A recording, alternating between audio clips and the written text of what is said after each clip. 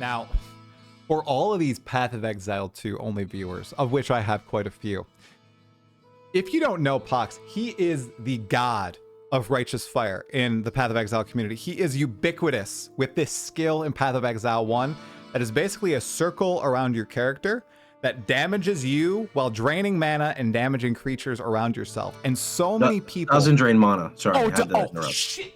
Let me hide. Let me hide. Oh, God. Oh, God. I just messed up. It just drains life?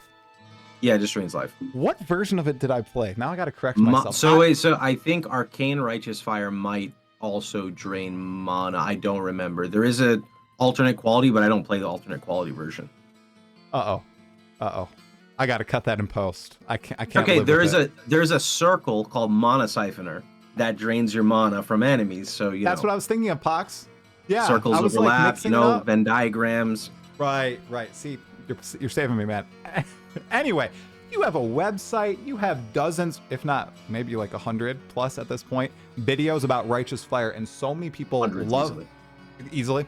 I mean, your most popular video is a 5.5-hour stream highlight video with like 600,000 views of you just leveling Righteous Fire, which is crazy, man. The CPMs on that are probably insane. So actually, it was not actually a stream highlight, believe it or not. So these, I do one-take campaign run videos. So I click go, I explain, like the basics of how to use the website, create the mule, explain the mule, open up the POB, explain how to go step by step through the POB, and then go through the whole campaign in one sitting. Sometimes I'll use the restroom and stuff and come back, and I don't edit that, so I guess you could call it like a stream highlight. Yeah. But that's really about it. It's just one take through the whole campaign. And I've been trying to do these every league. People are obsessed with them because, you just timestamp them by act, and people just go through it. Because again, I explain everything, right? Like if I go through and my character hits a dex requirement, I'm like, oh, okay, dexterity issue. I'm going to make sure you're picking up your jade amulets, the turquoise ones. You can take the 30 dex node over here on the tree. Make sure you can craft dexterity. It's a suffix. It takes an augmentation. And basically, it's like jump starting yourself into PoE if you watch the videos. Right. Why do people love Righteous Fire so much, Pohx? What is it? Honestly, there's a lot of factors here. Go for it. Okay. I need to know. Let's see. So, okay, I guess we're not talking about the history. We'll just talk about why people like it, right? Okay. It's a build where no matter what's happening, right? Whether you're experienced at the game or you're brand new, you have a buffer of life regen. I know that sounds dumb and doesn't make sense right away, but one of the biggest things that happen to people in PoE is they don't know what's happening and then they die, right? Your computer lags, you can't leech, and then you die, right? You're playing a caster, you get stunned, and you die, right? You lose control of your character, don't know where your mouse cursor is, you die. With Righteous Fire, you always have this buffer, right? So even if you panic and you start freaking out and you're flying all over the screen, your shield charge, you still have this buffer that's regenning you. And I think builds of now I kind of are coming and leaning into the life regen mechanic since it's gotten buffed and buffed and buffed over time. But for a while, a lot of builds didn't use life regen. They primarily were like Vol Pact or Leech or very high ES values. And then they started introducing like Recoup and things like that. And then Sustain of other avenues kind of really kicked in, right? And like Slayer is unique, has like Overleech and stuff, but you know what you're getting into if you're playing that. And I think that once you pair that together with a skill that you don't need to aim, it just feels really good. On top of that, when I first started playing PoE and I was picking skills, I'd pick a skill and I'd use it. And I'd be like, you know what? That has potential, right? It's not about how much damage it does. It's about the potential of the skill. And if you have a Ring of Fire that just grows, you can get the AoE up. You get to the point where you disintegrate all the monsters that walk by. It's sick, right? Like mobs literally die when they try to attack you. Like it's just, I don't know, it's a cool theme, right? It's fun. Also, people don't like dying, right? Like it doesn't matter who you are. Just because you play softcore doesn't mean you like to die, right? Like I played hardcore for 4 or 5 years and then I stepped down, went to softcore and SSF. Doesn't mean I like to die. So that's why I made really tanky characters for softcore. I play them exactly like I'm in hardcore. It's just if I wake up and I want to be silly one day and go die in game, all right, I don't lose my character. It's okay, right? But I can still play that really tanky build. And I think that's just like it's a really fun type of character to play, right? It's Right. not something you used to see. Now it's much more common across games. Circle damage over times are appearing everywhere. Right. It's spreading like wildfire. We got garlic and vampire survivors and all the other things. So Yeah. I think it fits the fantasy of the character really well, right? You Right. play like the Marauder, you're the big bulky dude, but then you ascend to a Chieftain, you got the fire portrait, and it's all, just fiery themed, and the whole left side of the tree is red, and you're taking strength, which equals life, which is also red, and you're running purity of fire. I think it just all fits well, right? Like it's a good theme Yeah. for a character as well. Yeah, that makes sense. And I was going to ask you before you mentioned Marauder and Chieftain, what has been your favorite variant of RF over the years? Is it the Inquisitor? Is it the Chieftain now boy. with the Hinakora explosions and everything? That's a tough one. That's a real tough one. I was curious. So, I mean, this is more like, I think I have to talk about this in waves because that's how it Okay. works, right? Okay. I've been playing PoE for like 10, 11 years. Yeah. So, more than that, maybe 13. So, it started with my first one. Was it the first one? Hold on. Harbinger came after Breach, I think. It did. Breach yes. League. Okay, good, perfect. So Breach League, I played my first RF character. I played Wow. Low Life, Righteous Fire, Guardian. 20,000 ES, was killing Shaper and Hardcore. Still managed to die to him. We won't talk about that. Oh. So, killed him a few times at least. He like the Shaper Ball attack, he rolled a crit. So all three of them crit, and they have Cold yeah. Pen. Right, and it just the first one hit me and froze me, and I was like, when do you ever get frozen in this fight? But it crit me, so it froze, and then I died. But I played Low Life RF Guardian, I really liked it. Yeah. I had a lot of fun. That's when you went Low Life with Chevrons, except at the time your RF AOE was so small, it was basically melee. Like it was less range than default auto attack with Conk Effect. It was really bad. Yeah. Oh my god. It was you only did that on boss fights. Normally you would just run like regular. So it it's kind of like a donut, but it was really bad back then. I see how you got hit by the balls then. Yeah. Yeah, and then I died. So balls to the face. Pohx cock, that's what they called me. So anyway, I really like that character, but it was annoying to set up. It wasn't a build where you can level with it. It was something where you really had to spec into stuff, get your low life swap, grab your purities, get your aura effect breakpoints, because it needed it, right? Like you're playing a melee ES build that is going to get, you're tanking everything. You have to have all these layers available to you. So when Harbinger League came out, I don't know if they changed ascendancies or I just caught wind of it. There's a new meta for RF. Not a lot of people played RF. This was like old stuff. My first level 100, RF Berserker. Whoa, what? RF Berserker, 12.5k HP.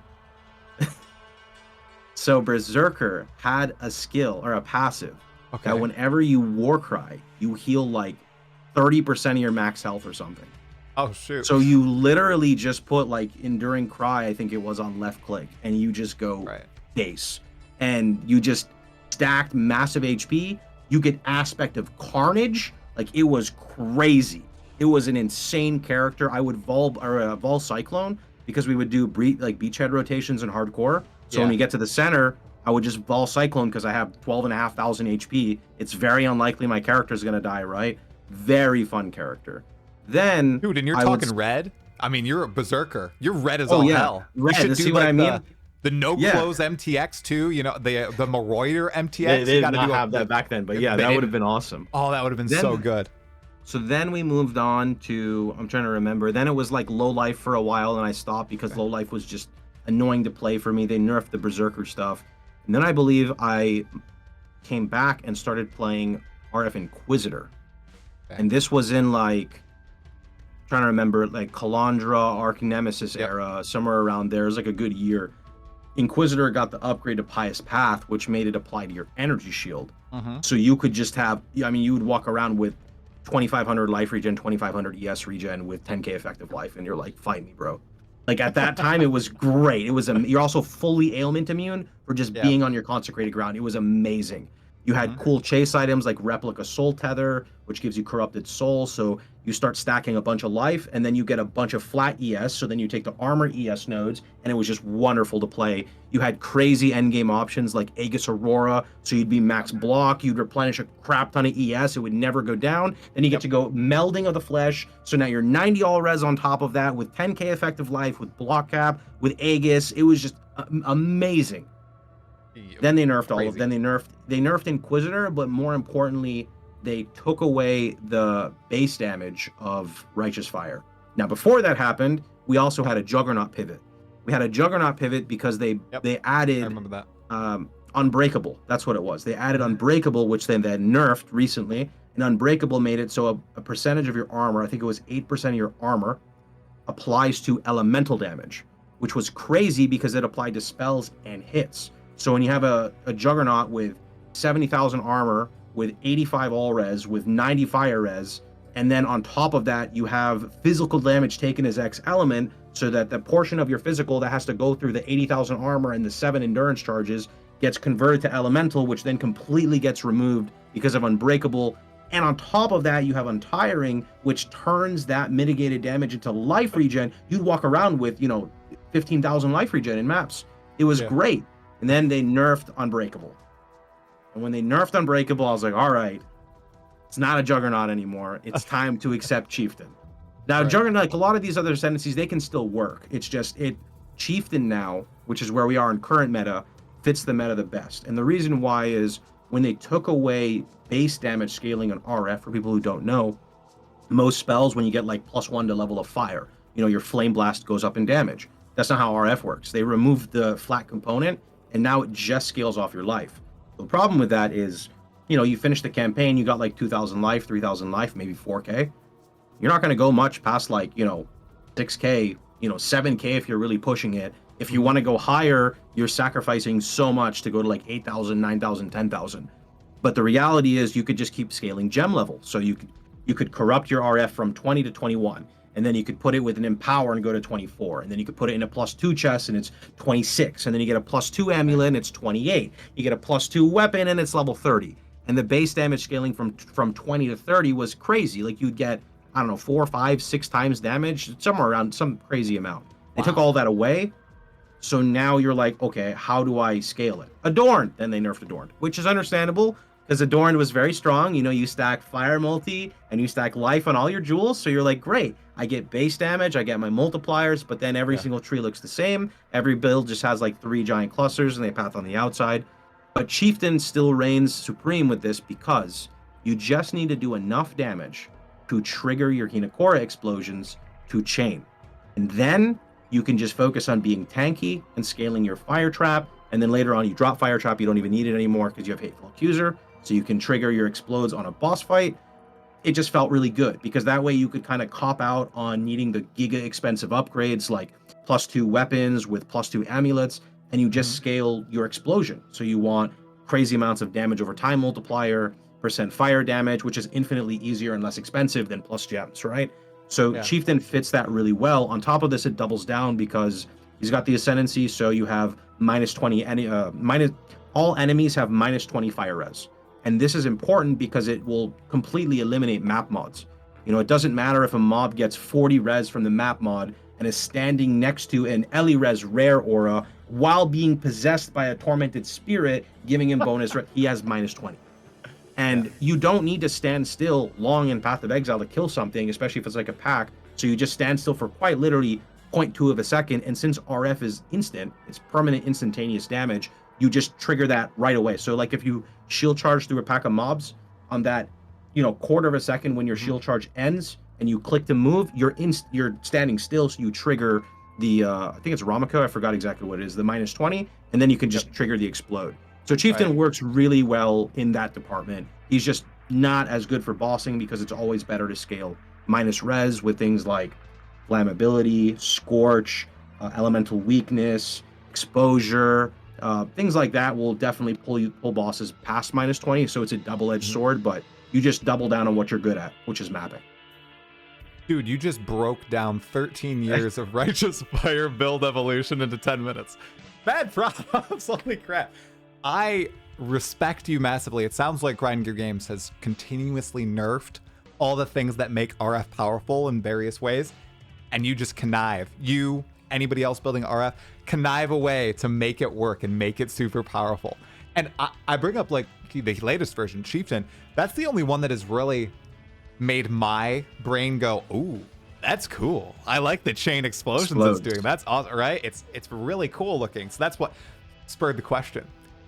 Excellent history, Pohx. You avoided the question.